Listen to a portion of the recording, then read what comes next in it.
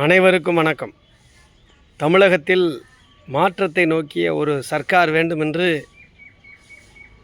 குழந்தைகள் துவங்கி முதியவர் வரையில் என் பேரன் சொன்னான், பேத்தி சொன்னார் என்று பல லட்சம் பேர் வாக்களித்து ஒரு ஆட்சியை கொண்டு வந்திருக்கிறார்கள். இந்த ஆட்சியிலே என்ன மாற்றம் நடக்கப் போகிறது என்பது நமக்கு தெரியவில்லை. ஆனால் ஒன்று மட்டும் தெளிவாக புரிகிறது. எம்எல்ஏக்களுக்கு கார் கிடைத்திருக்கிறது. எம்எல்ஏக்களுக்கு இனி சம்பளம் நிச்சயம் உயரப்போகிறது. எம்எல்ஏக்களுக்கு பென்ஷன் கிடைக்கப் போகிறது. அமைச்சர்களுக்கு பல வருமானம் கிடைக்க இருக்கிறது. முதலமைச்சரை துதிபாடுகிறவர்களுக்கு பல பொறுப்புகள் கிடைக்கிறது. இதுதான் மாற்றம்.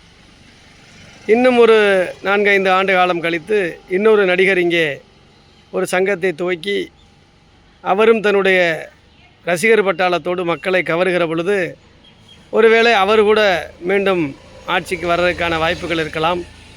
அல்லது இன்னும் ஒரு 5 ஆண்டு காலம் 10 ஆண்டு காலம் கழித்து புதிதாக ஒரு நடிகை கூட இங்கே முதலமைச்சர் ஆகலாம். ஆக ஒன்று மட்டும் தெளிவாக இருக்கிறது. இந்த மூத்த தமிழ் இலக்கியமும் பண்பாடும் வாழ்வியல் அறத்தையும் போதித்த இந்த தமிழகத்தில் இனிமேல் தத்துவத்திற்கும் போதனைகளுக்கும் ஒரு துளியும் இடமில்லை என்பது மட்டும் இந்த தேர்தலிலே தெரிந்திருக்கிறது.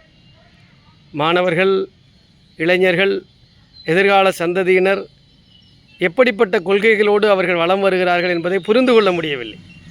நாம் பள்ளிகளிலே சங்க இலக்கியத்தை போதிக்கிறோம். ஆங்கில இலக்கியத்திலே ஷேக்ஸ்பியரை நாம் காட்டுகிறோம். வரலாற்று செய்திகளை வரலாற்று புத்தகத்திலே சொல்லிக் கொடுக்கிறோம். சுதந்திர தின நிகழ்ச்சியிலும் குடியரசு தின நிகழ்ச்சியிலும் தியாகிகளை போற்றுகிறோம். பள்ளிக்கூடங்களிலே பேச்சு போட்டிகள், இலக்கிய போட்டிகள் வைத்து அவர்களை தேர்வு செய்கிறோம். கலைத்திறனை தேர்வு செய்கிறோம். இது எல்லாம் எதற்கு என்கின்ற கேள்வி வருகிறது. நீங்கள் இனி நடக்க போகிறது என்ன அப்படின்னா, ஒரு தலைவனாக ஆகணும் அப்படின்னு சொன்னால் அறம் இருக்க வேண்டும், ஒழுக்கம் இருக்க வேண்டும், நேர்மை இருக்க வேண்டும், நீதியை மையப்படுத்தி இருக்க வேண்டும், பொது வாழ்விலே தூய்மை இருக்க வேண்டும், சுய ஒழுக்கத்திலே தூய்மை இருக்க வேண்டும். இது எல்லாம் கட்டமைக்கப்பட்ட ஒரு அரசியல் தலைவனாக இருப்பவன் தான் நாட்டினுடைய வரலாற்றிலும் சரி, உலகத்தினுடைய வரலாற்றிலும் சரி, சங்ககால இலக்கிய வரலாறுகளிலும் புராணங்கள் இதிகாசங்களிலே கூட அதைத்தான் நிரூபித்திருக்கின்றன. அதைத்தான் நாமும் பார்த்திருக்கிறோம். அதை வரலாற்றாக நாம் பிள்ளைகளுக்கு சொல்லிக் கொடுத்திருக்கிறோம். ஆனால் இன்றைக்கு உலகத்திலேயே இந்த தமிழகத்தில் நடந்த மாற்றம் என்பதை பார்க்கிற பொழுது சங்க இலக்கியங்களும் புராணங்களும் இதிகாசங்களும் மூத்த முன்னோடியான தமிழ் இலக்கியத்தில் சொல்லிக் கொடுத்த வரலாறுகளும் இனி தேவையில்லையோ என்கின்ற ஒரு ஐயம் ஏற்படுகிறது. அதை பார்க்கிற பொழுது தமிழகத்திலே அடுத்தடுத்த மாற்றங்கள் என்பது சினிமா மோகத்தை மட்டுமே ஒரு மூலதனமாக கொண்டுதான் வரும்.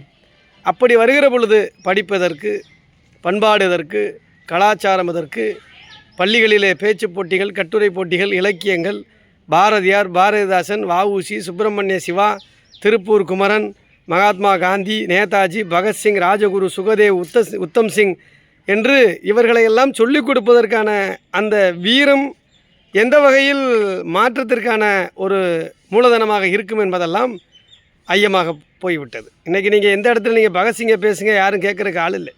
உத்தம் சிங்கை பேசுங்க, ஒரு பையனும் கேட்க மாட்டேங்கிறான். பள்ளிக்கூடம் கல்லூரிகளில் தத்துவ இலக்கியங்கள் பேசுனா அவன் ஒரு பக்கம் பேசிகிட்டு இருக்கான்.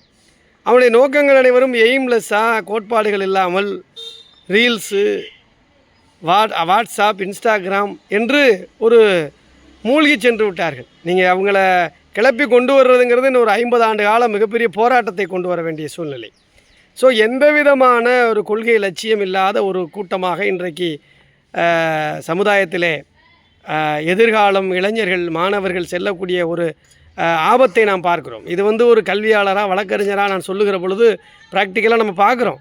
இன்றைக்கு நீங்கள் 8ஆம் வகுப்பு படிக்கக்கூடிய மாணவர்களிடத்திலே பள்ளிகளில் காதல் உணர்வுகள், 10ஆம் வகுப்பு படிக்கிற மாணவர்கள்ட்ட அந்த உணர்வுகள், இது இயற்கையாக இது இருந்தாலும் கூட முன்னொரு காலத்தில் அது மாதிரியான சூழ்நிலைகளை நாம் பார்ப்பது ரொம்ப அரிதாக இருந்தது. ஆனால் இன்றைக்கு என்ன காட்சிகள், என்ன சினிமா காட்சிகளை எப்படி வருது? பள்ளிக்கூட மாணவர்களை வைத்து காதல் காட்சிகள், பள்ளிக்கூட சீருடையை போட்டுக்கொண்டே ஒரு பள்ளி கட்டடத்தை காட்டி அந்த காதல் காட்சிகள், இது அனைத்தும் சமீபத்தில் 2010 உருவாக்கப்பட்ட இந்த கட்டமைப்பு தான் இன்றைக்கு அரசியலுக்கு மிகப்பெரிய, இன்றைக்கு வந்திருக்கிற அரசியலுக்கு ஒரு மூலதனமாக மாறிவிட்டது. ஸோ அவங்க என்ன சொல்கிறாங்கன்னா, நாங்கள் மாற்றம், கடந்த கால ஆட்சிக்கு மாற்றம். சரி, என்ன மாற்றம் என்பதை பார்ப்போம். எந்த சூழ்நிலையிலையும் எதுவும் நடக்கலை. மின்சார கட்டணம் உயர்ந்திருக்கு. ஒரு பக்கம் மின் கட்டணம் 300 ரூபா கட்டினவங்க இன்றைக்கி 600 ரூபா கட்டுறோம். அவங்க சொன்ன வாக்குறுதிகள் போதை இல்லாத தமிழகம், அதை ஒரு கையெழுத்தில் நிச்சயமாக செய்ய முடியும். ஆனால் யாரும் அதை செய்கிறதுக்கான நோக்கமே இல்லை. இந்த டாஸ்மாகை பெயரளவுக்கு ஒரு 700 கடையை ஒழித்தோம். கோயிலுக்கு பக்கத்தில், பள்ளிக்கூடத்து பக்கத்தில் இருக்கிற கடைகளை ஒழித்தோம். சார், இது எல்லாமே கடந்த காலங்கள் செஞ்சது தான். சார், நீங்கள் ஒட்டுமொத்தமாக மூடணும். அதுதான் மாற்றம். ஒட்டுமொத்தமான மாற்றம் என்பது என்ன? வருவாய்த்துறையில் ஏதாவது மாற்றம் ஆயிருக்கா? வருவாய்த்துறையில் ஏன் மனு இவ்வளவு குமியுது? காவல்துறையில் ஏதாவது உடனடியாக நடவடிக்கை எடுக்கிறாங்களா?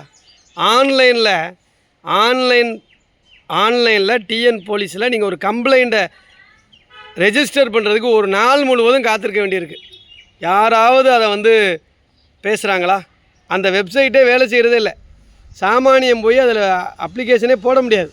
ஓடிபி கேட்டு, மெயில் கேட்டு சுற்றிக்கிட்டே இருக்கும். ஒரு அவசரத்துக்கு ஆன்லைனில் அனுப்ப முடியாது. அப்படி தான் எல்லா சர்வீஸும் இருக்குது. அப்போ அந்த தகவல் தொழில்நுட்பம் சம்மந்தமான எந்த ஒரு ஆன்லைன் வெப்சைட்டும் சரியாக வேலை செய்கிறதில்ல. காவல்துறையில் நீங்கள் ஆன்லைனில் புகார் கொடுத்தா என்ன சொல்லுது சட்டம்? எஃப்ஐஆர் போடுங்க, 3 நாள் கழித்து அவர்கிட்ட வாக்குமூலத்தை வாங்கி ரெக்கார்ட் பண்ணிக்கோங்க. ஆனால் எந்த ஆன்லைனில் நீங்கள் எஃப்ஐஆர் போட்டிருக்காங்க? கிடையாது. சரி, நேராக பெட்டிஷன் கொடுத்தா எஃப்ஐஆர் போட்டுருவாங்களா? கிடையாது. அதாவது ஒரு இடத்து தகராறு மூலமாக வாய் வார்த்தை தகராறு வந்துடுது. மூலம் இடத்துக்கு உள்ள பிரச்சனை. ஆனால் அடிச்சுக்கிட்டா போலீஸ்கிட்ட போனால் என்ன சொல்கிறாங்க அவங்க? சார், இது இடம் சம்மந்தமாக வந்த சண்டை சார், நீங்கள் சிவில் கோர்ட்டுக்கு போங்க. சட்டம் என்ன சொல்லுது? இடம் சம்மந்தமாக வந்தாலும் சரி, எது சம்மந்தமாக வந்தாலும் சரி, வாய் வார்த்தை தகாது பேசிட்டார், என்னை தள்ள வந்தார், குத்த வந்தார், அங்கே என்ன ஆயிடுது? Criminal. So from civil to criminal ஆயிடுச்சு. அந்த கிரிமினலுக்கு எஃப்ஐஆர் போடுங்க, போட மாட்டாங்க. அப்புறம் கோர்ட்டில் போய் டைரக்ஷன் வேணும் வந்தாலும் போட மாட்டாங்க. சார், மாற்றங்கிறத தமிழக முதல்வர் காவல்துறையில் இருக்கிற ப்ரொசீஜரில் மாற்றுங்க. லஞ்சம், ஊழல், அது ஒரு கதை. நீங்கள் சொல்கிறீங்க லஞ்சம் கிடையாது, ஊழல் கிடையாது, அதை நம்ம பார்ப்போம், அது வேறு கதை. ஆனால் நீங்கள் ப்ரொசீஜரில் முதல்ல மாற்றுங்க. சட்டப்படியாக செயல்பட சொல்லுங்கள். யாரை? காவல்துறையை. சட்டப்படியான நடைமுறையை ரெவன்யூவை ஃபாலோ பண்ண சொல்லுங்கள். கலெக்ட்ரேட்டில் எதுக்கு சார் ஒரு வாரத்துக்கு 400 மனு?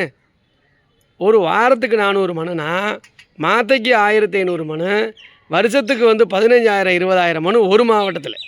32 மாவட்டம், எத்தனை லட்சம் மனு? இது ஏன் குமியுது?